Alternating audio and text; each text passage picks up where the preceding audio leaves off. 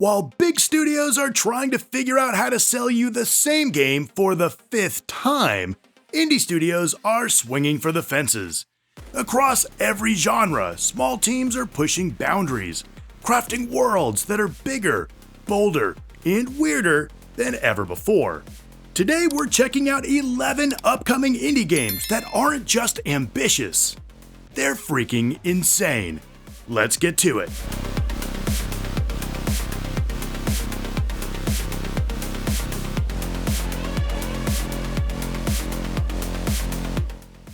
I'm so damn hyped for this first game.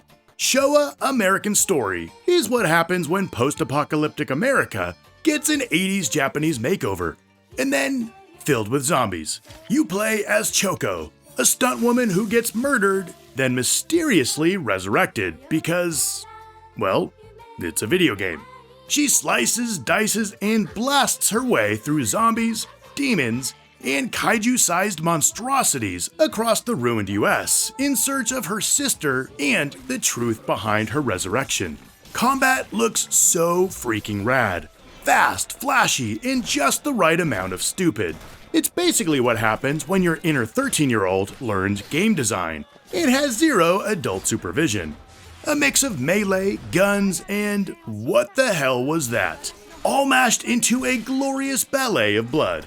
And the menagerie of enemies is so nuts. One minute you're slicing through the rejects of the warriors, and the next you're drilling through, well, I'm not quite sure what that even was anymore. All before taking a load off. It's gritty, it's weird, it's unapologetically over the top, and honestly, I'm here for it.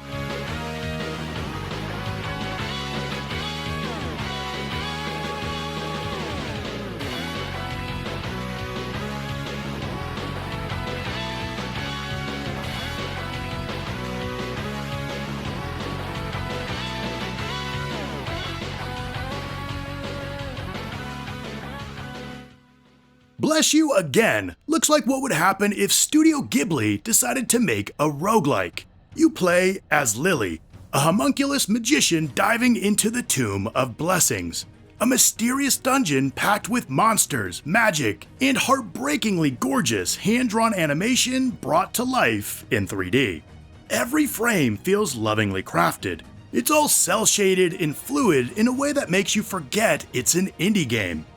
It's ambitious, emotional, and just straight up beautiful. Like watching a lost Ghibli film that someone turned into a dungeon crawler. Simple on the surface, but stunning in execution. Bless You Again might just be the prettiest roguelike you've ever played.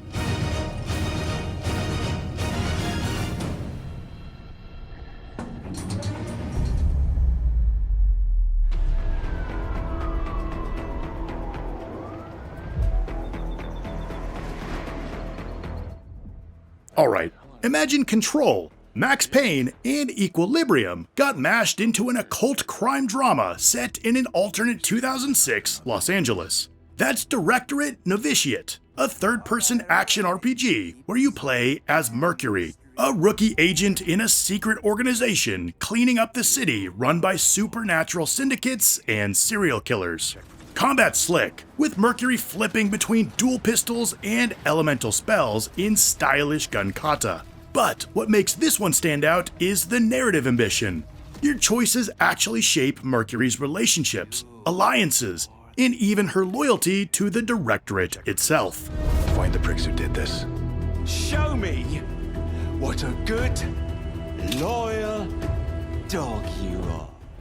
It's moody, stylish, and dripping with early 2000s LA energy. Think neon reflections, cursed mixtapes, and morally gray heroes. Set to be the next indie breakout for fans of story-driven supernatural action. Show me what you got, love.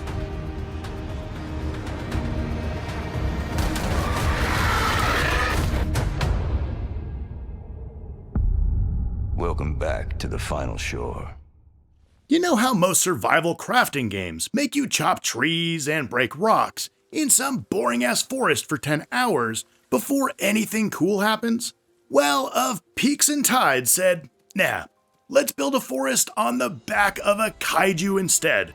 Developed by Cyan Cook Games, this upcoming open-world survival crafting game dives deep into Eastern mythology. And by deep, I mean gods, celestial wars, and divine wreckage for days. You're dropped into the world of Everland, a place abandoned by its gods after an apocalyptic heavenly throwdown, and now nature's just kind of going nuts. At its core, this is still survival and crafting, but the systems set it apart. The crafting lets you fuse materials to make new tools and weapons, while the taming system lets you turn mythical beasts into mounts. Or if you're feeling a bit extra, strap your base to one, and now you've got a mobile home. The physics engine is crazy, where everything interacts with pretty much everything else. And you can literally weaponize the environment, flood an enemy outpost, or lure creatures into a sandstorm to weaken them. It's the rare kind of survival game where the world itself feels alive, and usually wants you dead. It's currently planned for PC, with single-player and co-op modes coming sometime around late 2026. And if it delivers half of the freedom it promises, Of Peaks and Tides could be one of the most ambitious survival sandboxes ever made.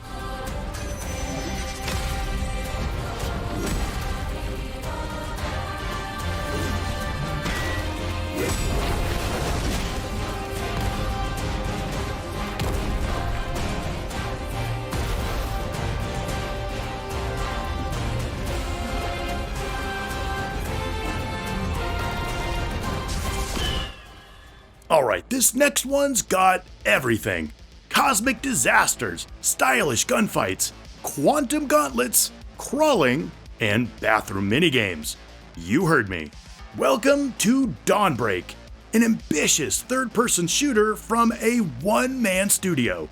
In this world, black holes have started devouring the planet, tsunamis are wrecking everything, and humanity's hanging on by a thread. Amid all that chaos, we follow Lee, a badass heroine trying to find her best friend Sue, who vanishes during what starts as a quiet reunion and turns into a sci-fi nightmare. One fall later, she finds a pair of quantum gloves, as one does, and from there, it's pure stylish carnage. Dawnbreak mixes third-person shooting with melee executions and quantum abilities. You can assassinate or just blast enemies into oblivion, all while swapping hairstyles, outfits, and even stockings if that's how you roll. That's how I roll. I have one speed, I have one gear. Go! Combat looks fast, bloody, and ridiculously satisfying. That perfect balance between DMC flair with sci-fi shooter grit. The Quantum Gauntlet isn't just for show either. It gives you multiple powers that let you tear through enemies at high speeds, or manipulate the battlefield, and there's even clothing damage. Which is, of course, my favorite kind. It's part slice-of-life sim, part post-apocalyptic bloodbath, and part fashion show. The fact that a single dude is handling the graphics, combat, animation, and systems solo. Godspeed, you ambitious bastard. Godspeed.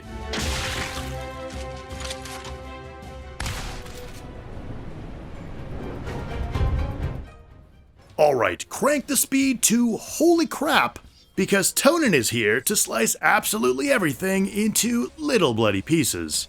This upcoming open-world 3D slashing action game looks like Sekiro, Metal Gear Rising, and Attack on Titan, rocking bunny ears, my absolute favorite, type of ears, and outfits that I assume are built for speed.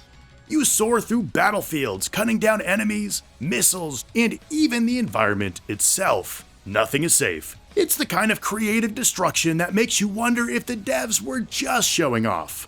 The combat revolves around the Nagashi system, a slick guard mechanic that rewards perfect parries with counterattack opportunities, straight out of a shonen fight scene. The game even includes two modes, one that leans into Souls-like difficulty for masochists, and another that's pure press buttons feel awesome for those among us who consistently disappoint our parents. But the real showstoppers are the Karakuri bosses. Massive Edo-era mechs brought to life by twisted mechanical arts. It's visceral, stylish, and unapologetically over the top, and rocking those ears. No notes.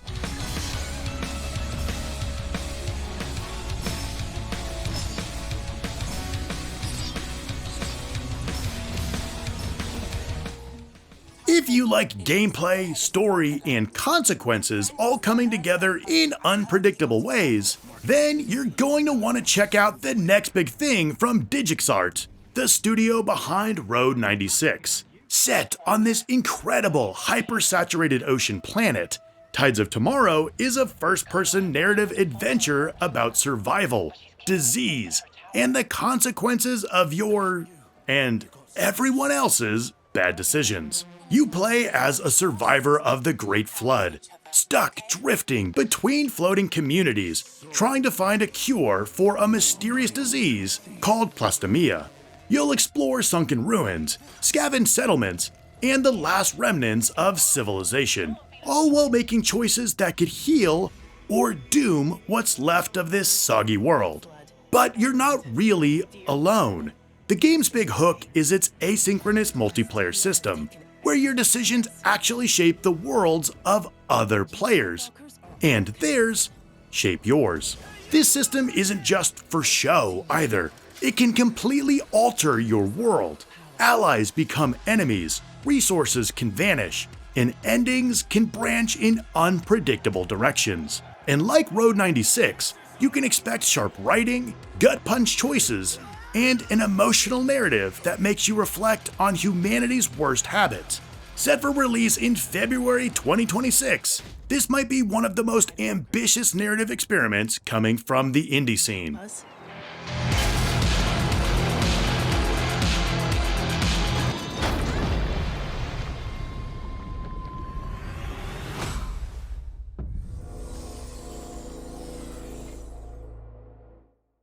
Next up is Erased, a game that looks like someone put Jet Set Radio and Dying Light in a blender. Set in a post-apocalyptic sci-fi world, Erased throws you into a wild mix of dream-based lore, fast combat, and ridiculous freedom of movement. I mean, just check this out.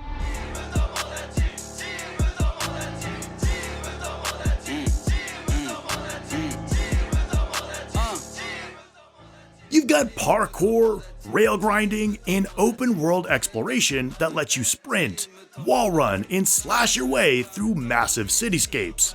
The vibe is fast, flashy, and unashamedly extra. Whether you're customizing your look, dancing mid-fight, literally there's a dance system, or raising your karma score, Erased lets you live out your chaotic main character fantasy.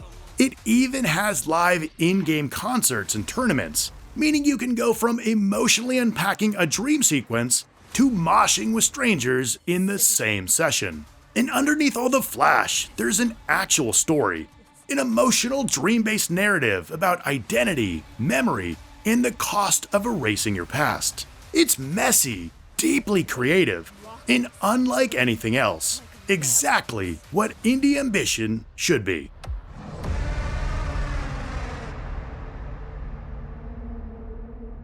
We're gonna kill them. Every last one of them.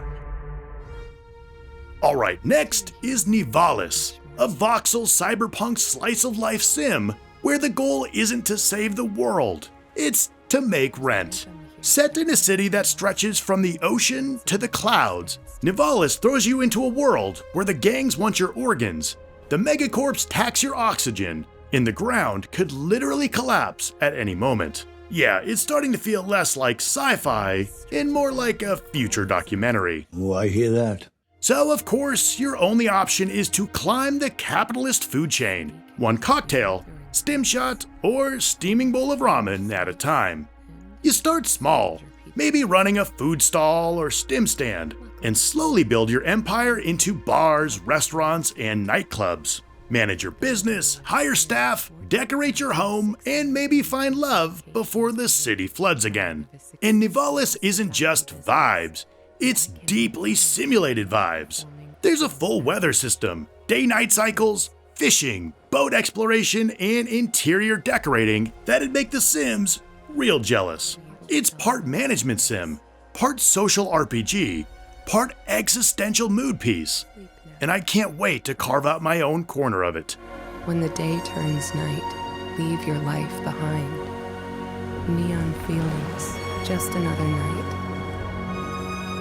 Not sure how long I can stay. The spire is light years away. Come and find me where the night ends. Imagine Hyperdimension Neptunia, Bayonetta, and Metroid Dread stuck in a Japanese boarding school fighting over who controls time itself. That's Kotama and Academy Citadel, a 3D Metroidvania that mixes high school drama, fluid anime combat, and wild sci-fi energy. You play as Kotama, a mysterious exchange student who shows up at Carmel Academy, a futuristic megacampus where students literally fight for grades and status. Sounds like my high school. Her goal? Become the legendary Carmel Star by exploring the academy, battling rivals, and uncovering its very shady 100-year-old secrets. Combat is fast, flashy, and perfectly over-designed. Between duels, you'll explore the massive Citadel, a labyrinth of classrooms, labs, and neon dorms hiding shortcuts, collectibles, and classmates with their own stories. It's stylish, charming, and exactly the level of weird ambition we're hunting for.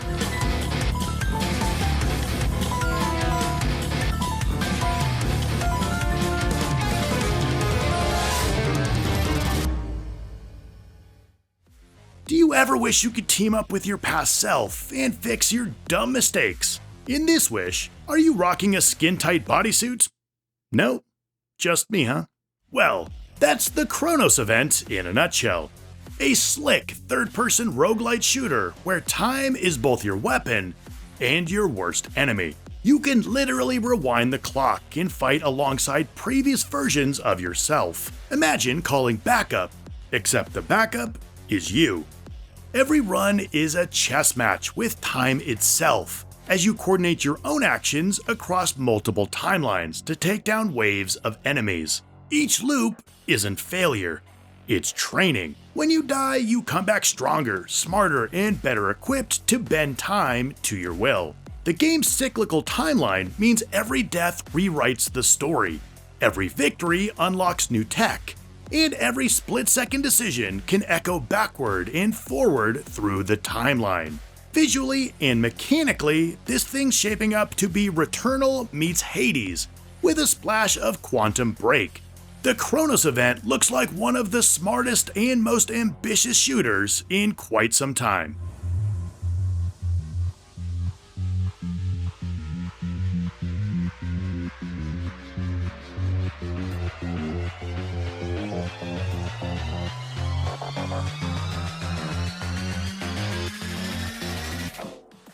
So yeah, while AAA studios are developing the next big thing in loot boxes, the indies are over here inventing entirely new genres. Which one's blowing your mind? And which one did I miss? Drop it in the comments. Don't forget to like, subscribe, and check out 7 perfect waifu RPGs you've never played.